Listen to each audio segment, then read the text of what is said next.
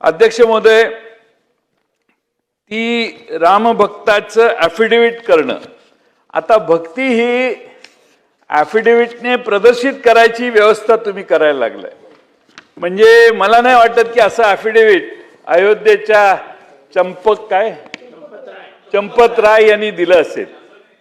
असं दिलेलं नाही आहे. तुम्ही फोन करून उत्तराच्या आधी विचारून घ्या चंपतरायांना की असं काय ॲफिडेव्हिट केलं होतं का तुम्ही राम भक्त आहे, तो हनुमानाला पण मानत असेल, मग दुहेरी निष्ठेचा प्रश्न तयार होईल आणि प्रश्न तयार गंभीर होईल. ही दुहेरी निष्ठा सुरू झाली, हे राम का भी भक्त आहे और हनुमान का भी भक्त आहे. मला संरक्षण द्या.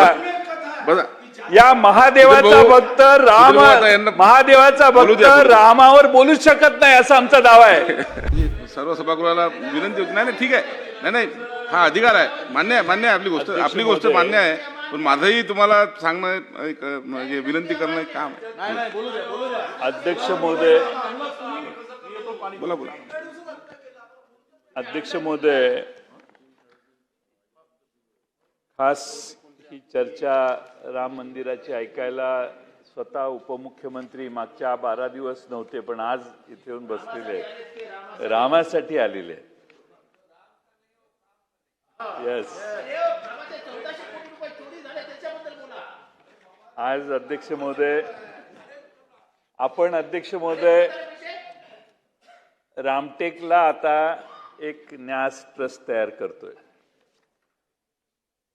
माझी सूचना आहे, मी काय फार वेळ घेणार नाही. भोसले कुटुंबातला एकच का, तुम्ही 8 जण नेमताय. मग किमान एक म्हणजे तुम्ही किमान एकच ठेवाल ना, ते थोडी 2 कराल. आत्ताच 2 केलेलं बरं, कारण त्या भोसले कुटुंबाचा आणि या मंदिराचा फार जुन्या काळापासून संबंध आहे. त्यामुळे त्यांना एक काही दिवसांनी ते निघून जाईल, मिळालं नाही म्हणून वगैरे, तर 2चा एक सूचना करावी अशी माझी तुम्हाला सूचना मी करतोय.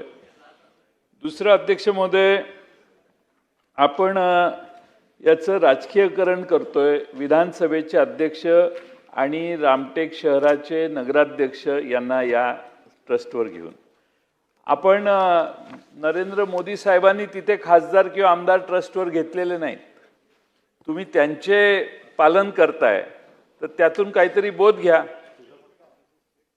इथं तर तुम्ही त्या ठिकाणी आमदार आणि नगराध्यक्ष यांना घेताय आणि पुढं म्हणताय की त्यांची रामभक्ती असेल तर त्यांनी तसं ॲफिडेव्हिट करून द्यायचं, मग ते त्याच्यावर ट्रस्टवर येणार. असं काय म्हणजे रामटेक येथील श्रीराम यांची भक्त असेल, समितीचा सदस्य म्हणून नियुक्त केली जाणारी प्रत्येक व्यक्ती ही रामटेक येथील श्रीराम यांची भक्त असेल आणि ती आपल्या नियुक्तीपूर्वी सदस्य म्हणून विहित नमुन्यामध्ये तसे प्रतिज्ञापत्र करून देईल. त्या आमदारांना आणि नगराध्यक्षांना हे आता करतीलच, आता मिळणार आहे म्हटल्यावर कशाला नाही. पण ती आत्ता यापूर्वी रामाचे भक्त होते का नव्हते हा प्रश्न आहे. तुम्ही म्हणून चालणार नाही, आता ते ॲफिडेव्हिट करून देतील. त्यामुळे राजकारणी लोकांना आणू नका, जास्त फ्रॉड होईल. म्हणजे ते अयोध्येचं राम मंदिर मागं पडेल. त्यामुळे आपलं राजकारणाचा इंटरफिअरन्स याच्यात नसावा आणि कुणाची सोय करण्याचा दृष्टिकोन नसावा. अध्यक्ष महोदय, यामध्ये भत्ता सदस्यांना द्यायचा आहे, तर असं लिहिलेलं आहे इथं की कर्तव्याशी संबंधित कोणतेही कामकाज चालवण्यासाठी विहित करण्यात येईल असे परिश्रमिक आणि ज्या ठिकाणी अशा सभा आयोजित केलेल्या असतील किंवा कामकाज चालवले जाईल अशा ठिकाणी जाण्याचा, तेथून परतीचा प्रवासासाठी विहित करण्यात येईल असा प्रवास भत्ता दैनिक भत्ता व्यवस्थापन निधीतून देण्यात येईल. ही अट जरा काढा. देव तिथं आणि ह्यांनी बाहेर कशाला दौरे करायचे. ते त्या देवाचे भक्त आहेत, ते दुसरीकडे जाऊन मिटिंग घ्यायला लागले तर हे फार सिरियस ऑब्जेक्शन होईल. त्यामुळे हा 6-1 हा मुद्दा तुम्ही तुमच्या सत्सद विवेक बुद्धीला पटतं का एवढं मला तुमच्या भाषणात उत्तरात सांगा, नाहीतर काढून टाकू. पण अध्यक्ष महोदय, तिथं ट्रस्टवर असणाऱ्यांच्या फिरण्याची व्यवस्था, त्यांना टूर करण्याची व्यवस्था ह्याच्यात होईल. नाही तर मग लगेच निघेल तिथे अयोध्येचं राम मंदिर बघून येऊ, मग तिथं आपण अशी व्यवस्था करू. त्यासाठी माझं हे ऑब्जेक्शन आहे. अध्यक्ष महोदय, ती रामभक्ताचं ॲफिडेव्हिट करणं, आता भक्ती ही ॲफिडेव्हिटने प्रदर्शित करायची व्यवस्था तुम्ही करायला लागलाय. म्हणजे मला नाही वाटत की असं ॲफिडेव्हिट अयोध्येच्या चंपत राय यांनी दिलं असेल. असं दिलेलं नाही आहे. तुम्ही फोन करून उत्तराच्या आधी विचारून घ्या चंपत रायांना की असं काय ॲफिडेव्हिट केलं होतं का तुम्ही. ही अनिष्ट प्रथा तुम्ही भक्तांच्यावर आणताय. तुम्ही राम भक्त आहे, तो हनुमानाला पण मानत असेल, मग दुहेरी निष्ठेचा प्रश्न तयार होईल आणि प्रश्न तयार गंभीर होईल. ही दुहेरी निष्ठा सुरू झाली. हे राम का भी भक्त आहे और हनुमान का भी भक्त आहे.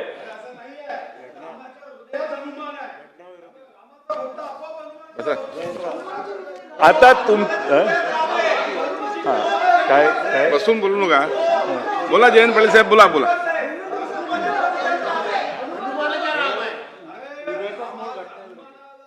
बोला पाटील साहेब, बोला.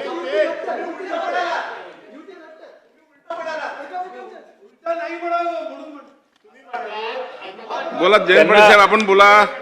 बोला. मला संरक्षण द्या.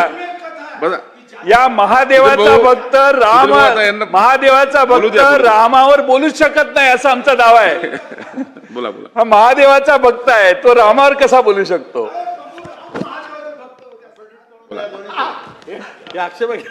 तुम्ही रामाची बरोबरी करताय. सुधीर भाऊ, सुधीर भाऊ, नाही कुठं निघाले आपण जयंत पाटील साहेब माझ्याकडे पाहून बोला. आपण ओ पाटील साहेब, सुधीर भाऊ तुम्हाला ॲफिडेव्हिट करून द्यावा लागेल. तुम्ही नक्की शिवभक्त आहात का राम भक्त आहात, तुम्हाला द्यावं लागेल. बोला जयंत पाटील साहेब, बोला. आपण मी आपल्याबद्दल बोलतोय की आपल्याला या सभागृहामध्ये घटनेने कुठल्याही धर्माचा अंगीकार, प्रचार, प्रसार करण्याचा अधिकार दिलेला आहे.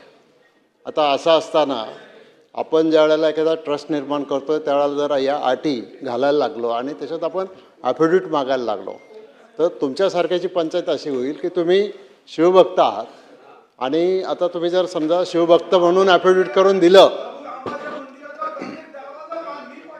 अहो सुधीर भाऊ, तुम्ही शिवभक्त आहात ही आमची धारणा आहे.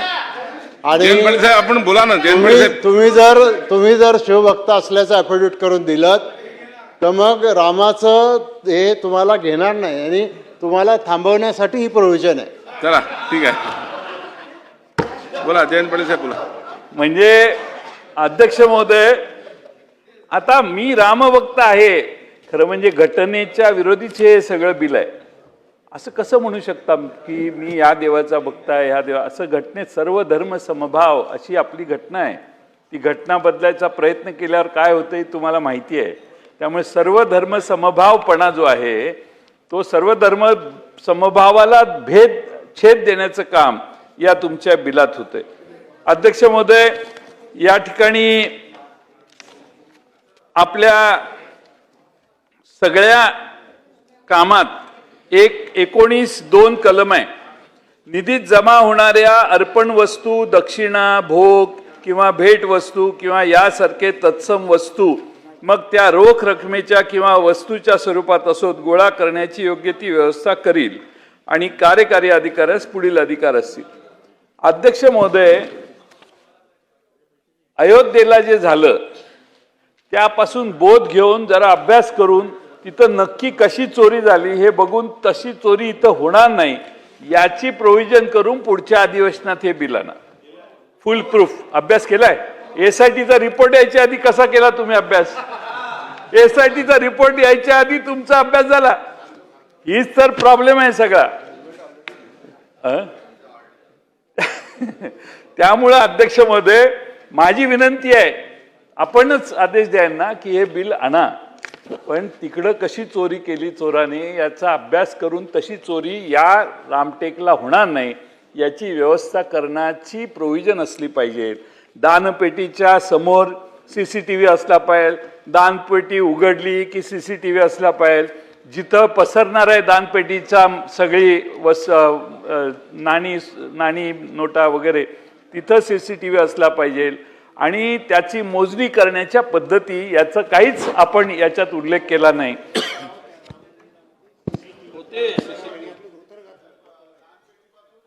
आणि कॅमेऱ्यावर मंदिरातल्या कॅमेऱ्यावर कुणी धोतर घालणार नाही असं प्रोव्हिजन करायला पाहिजे. हे सगळं गंभीर आहे. त्यामुळे पुढे लिहिलंय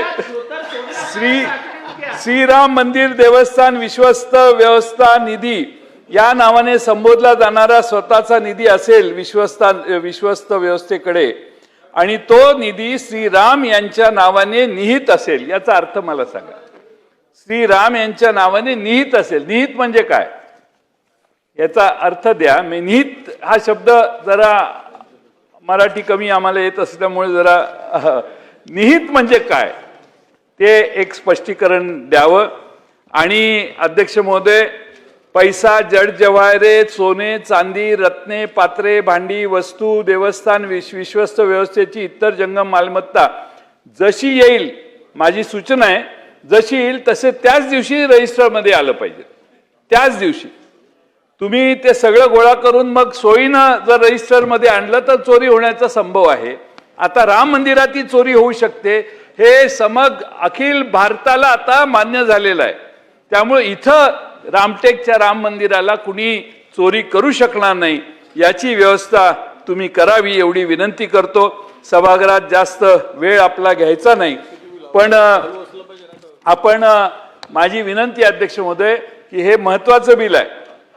रामटेकचे आमदार, रामटेकचे नगराध्यक्ष 2 महिने थांबतील, पण अभ्यास करून SITचा रिपोर्ट आल्यानंतर अयोध्येला जी चोरी झाली ती पुन्हा रामटेकला होणार नाही. नाही तर पुढच्या अधिवेशनात परत आम्हाला हा विषय घ्यावा लागेल. अयोध्येचा विषय आम्ही घेत नाही.